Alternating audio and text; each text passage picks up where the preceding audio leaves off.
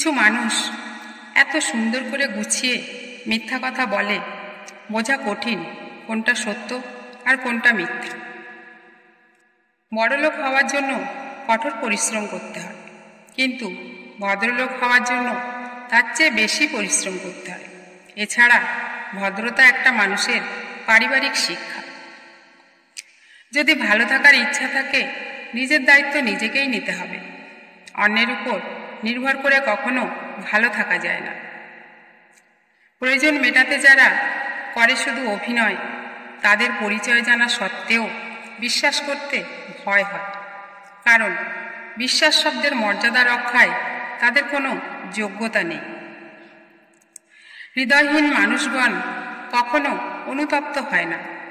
যতই উপকার করো, কখনো তারা কৃতজ্ঞতা স্বীকার করে না। স্বার্থ নিয়ে ব্যস্ত থাকে, কখনো কারো আপন হয় না।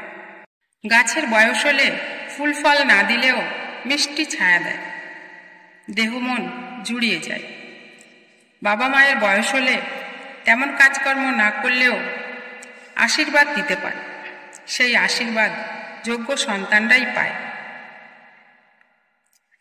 উপকার করা ভালো, সাহায্য করা ভালো, কিন্তু অন্য কারোর জন্য নিজের সময় নষ্ট করা বোকামি ছাড়া আর কিছু নয়।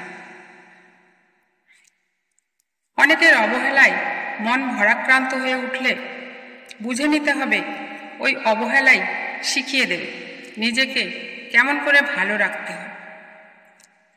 মানসিক আঘাতে মানুষ ভিতর থেকে তিলে তিলে ক্ষয় হয়। বাইরে থেকে দেখে যা বোঝা একেবারে সম্ভব নয়।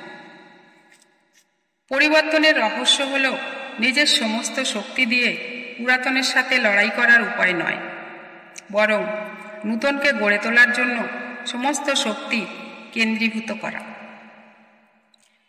প্রতিশোধ নেওয়ার কোনো প্রয়োজন নেই, শুধু সময়ের অপেক্ষা।